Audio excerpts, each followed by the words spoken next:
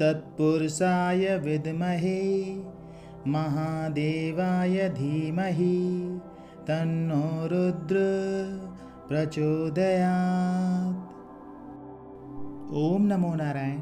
ओम नमो भगवते वासुदेवाय।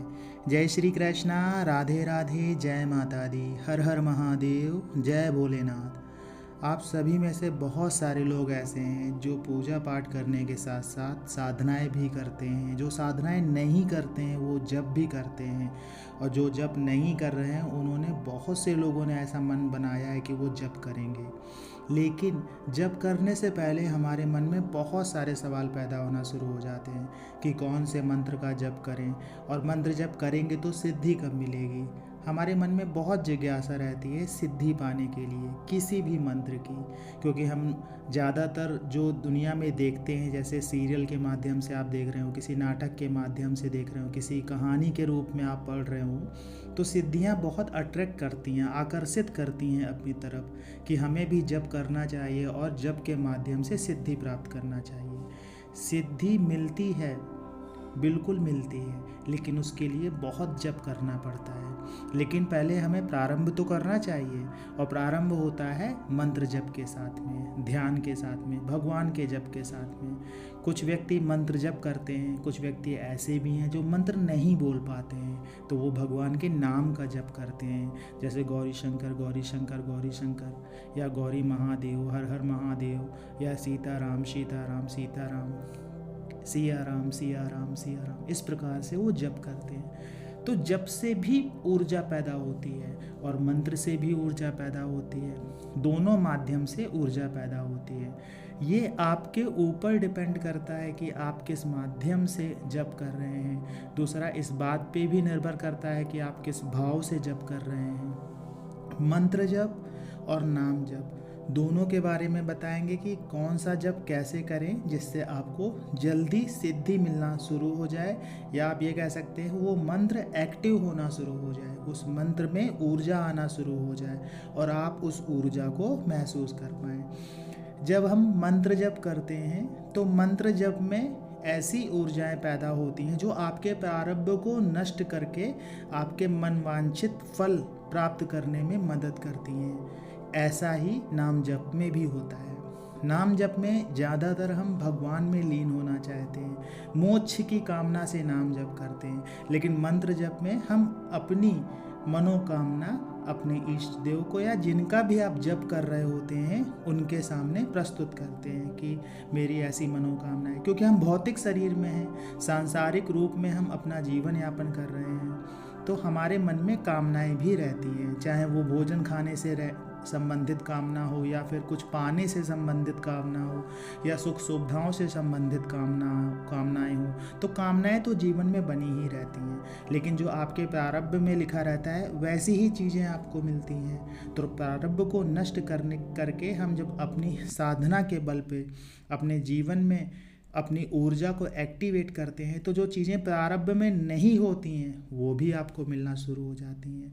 अगर हम जप में जाएंगे तो जप 3 प्रकार से होता है। सबसे पहला जप वाचिक जप, दूसरा जप उपांशु जप, तीसरा जप मानसिक जप। सबसे पहले हमें जप वाचिक जप से शुरू करना चाहिए। जब हम नाम जप करते हैं तो सबसे पहले आपको वाचिक जप से शुरू करना चाहिए। वाचिक जप उसे कहते हैं जिसमें हम मंत्र को या नाम को बोल बोल के उसका उच्चारण करते हैं या जपते हैं, जैसे सीताराम सीताराम सीताराम सीताराम। इस प्रकार से अगर आप जप करते हैं तो वो वाचिक जप कहलाता है। और अगर आप फुसफुसाते हुए जप करते हैं, जैसे सीताराम सीताराम सीताराम सीताराम, कहने का अर्थ है कि बिल्कुल बगल में कोई व्यक्ति बैठा है तो समझ पाएगा कि हाँ आप सीताराम बोल रहे हो, दूर बैठा व्यक्ति नहीं समझ पाएगा।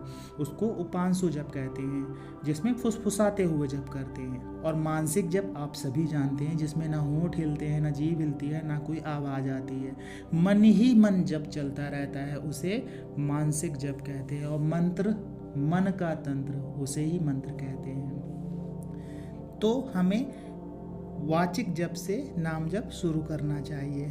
कुछ समय बाद में अपने आप ही वो जप उपांशु जप में चला जाता है। और आप जब लगातार जप करते रहते हैं तो वो मंत्र आप में रम जाता है, आप मंत्र में रम जाते हो।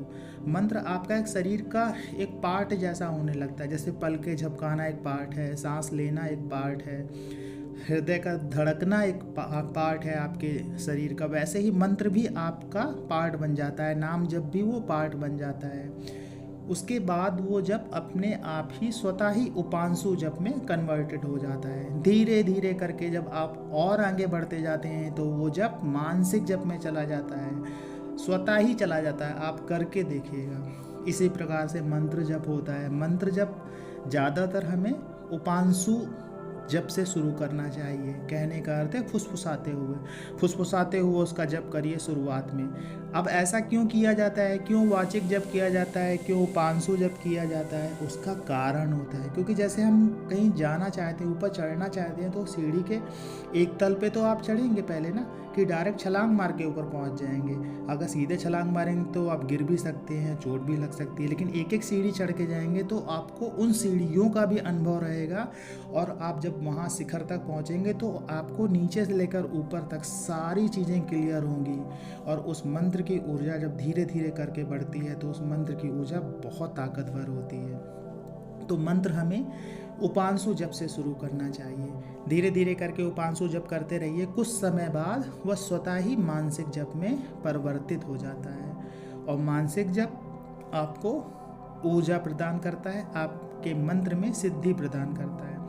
अब होता क्या है कि हम मंत्र जप तो शुरू कर देते हैं, नाम जप तो शुरू कर देते हैं, लेकिन उसका प्रभाव देखने को नहीं मिलता है। बहुत सारे व्यक्ति ऐसे हैं जो ये कहते हैं कि उनको जप का प्रभाव समझ ही नहीं आ रहा है, जप की ऊर्जा उन्हें महसूस ही नहीं हो रही है। उसका कारण यह है कि जब भी आप जप करते हैं, जब शुरू करते हैं, शुरुआती दौर में आपका भाव, आपका मन, आपका विश्वास मंत्र के प्रति इतना अधिक रहता है, लगाव इतना अधिक रहता है कि आप बहुत ही भावपूर्वक जप करते हैं, पूरा समय देते हैं, धीरे धीरे करके जप करते हैं, उच्चारण पे ध्यान देते हैं, सीधे बैठना है या आप कैसे मुद्रा लगा रहे हैं या माला को किस प्रकार से जपना है, सारी चीज़ों पे बराबर ध्यान रहता है। आज्ञा चक्र पे केंद्रित करते हैं मन को, कभी सांसों की गहराइयों में मन को केंद्रित करते हैं। तो पूरी भावपूर्वक आप जप करते रहते हैं। लेकिन कुछ दिनों में क्या होता है कि हम जब ज़्यादा मंत्र का संकल्प ले लेते हैं तो मंत्र से एक तरह से ऊबन सी होने लगती है। ऊबना आप समझ रहे हैं ना, कि मंत्र आप जप कर रहे हैं तो जप करते समय आपके दिमाग में रहेगा, अरे कब जल्दी माला ख़त्म हो, अरे कब मंत्र जल्दी कंप्लीट हो, अरे कब सारे गिनती कंप्लीट हो। इस तरह से मन में चलता रहेगा। आपके अंदर एक ऐसी आवाज़ आएगी, चलो उठो जल्दी ख़त्म करो मंत्र को, ये करना है वो करना है, और पता नहीं क्या क्या काम के बारे में आप सोचना शुरू कर देते हैं। मन का भाव कहीं ना कहीं कम हो जाता है। ऐसे समय पे आपको अपना दिमाग का प्रयोग करके ऐसी उठने वाली चेतना को बंद करना है, रोकना है, क्योंकि जितना आप ऐसी चेतनाओं को रोक पाएंगे वैसे ही आप मंत्र में अच्छे से बैठ पाएंगे। संतों की वाणी है ऐसा कि आपको ऐसे जो विचार पैदा होते हैं उन्हें रोकिए। आप नहीं रोकेंगे तो वो पैदा होते ही रहेंगे, तो उन्हें रोकना जरूर। धीरे धीरे करके प्रयास करेंगे, वो विचार रुकना शुरू हो जाएंगे, आप बैठना शुरू हो जाएंगे। और मंत्र से जुड़ने का प्रयास करिए, गिनती से जुड़ने का प्रयास मत करिए कि 11 माला कर लिया, 15 माला कर लिया, 21 माला कर लिया। ऐसे करने से कुछ भी नहीं होगा। जब आप मंत्र जप में जाएंगे तो मंत्र जप महत्वपूर्ण होता है, गिनती महत्वपूर्ण नहीं होती है, माला जप महत्वपूर्ण नहीं होता है। अभी जैसे आपसे कह दिया जाए कि 1 घंटा बैठकर जप करिए, बिना किसी माला के मानसिक जप करिए, तो उसका प्रभाव भी आपको मिलेगा। ऐसा नहीं है कि आप सिर्फ माला से करेंगे तो ही उसका प्रभाव मिलेगा। साइंटिफिक चीज़ें नहीं है कि 11 माला कर लिया तो सिद्धि अपने हाथ में है, ऐसा मत सोचिए। सिद्धि आपके तपोबल पे निर्भर करती है, सिद्धि आपकी ऊर्जा पे निर्भर करती है, सिद्धि आपके भाव और विश्वास पे निर्भर करती है, और कौन सा जप कर रहे हैं उस पे निर्भर करती है। सिद्धि मिल जाना इतना आसान नहीं है जितना हम चारों तरफ देखते हैं कि इतना जप कर लो वो मिल जाएगा, इतना जप कर लो वो मिल जाएगा। जब आप जप करने बैठेंगे तो आप इसकी महिमा को समझ पाएंगे। आशा है ये जानकारी आपको अच्छी लगी होगी। जानकारी अच्छी लगी हो तो वीडियो को लाइक करिएगा, कमेंट्स में जय माता दी, जय श्री कृष्णा, हर हर महादेव लिखिएगा। मिलते हैं आपसे अगले वीडियो में नई जानकारी के साथ में, तब तक के लिए जय श्री कृष्णा।